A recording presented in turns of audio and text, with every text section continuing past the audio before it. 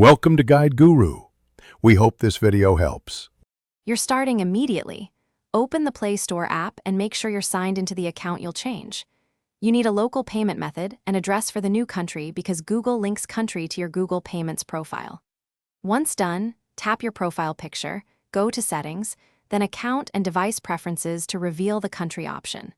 This is the first actionable move. Don't skip the payment profile prep because the change won't complete without it.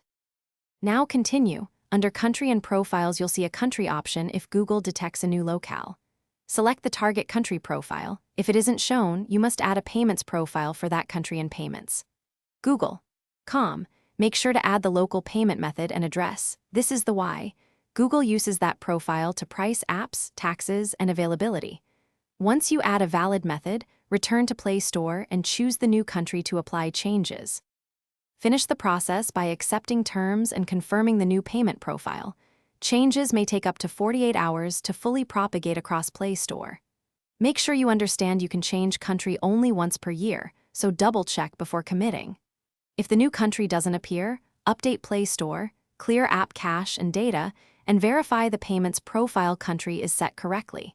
If problems persist, remove and re-add the payment method. Thanks for watching. Consider subscribing if we helped you today.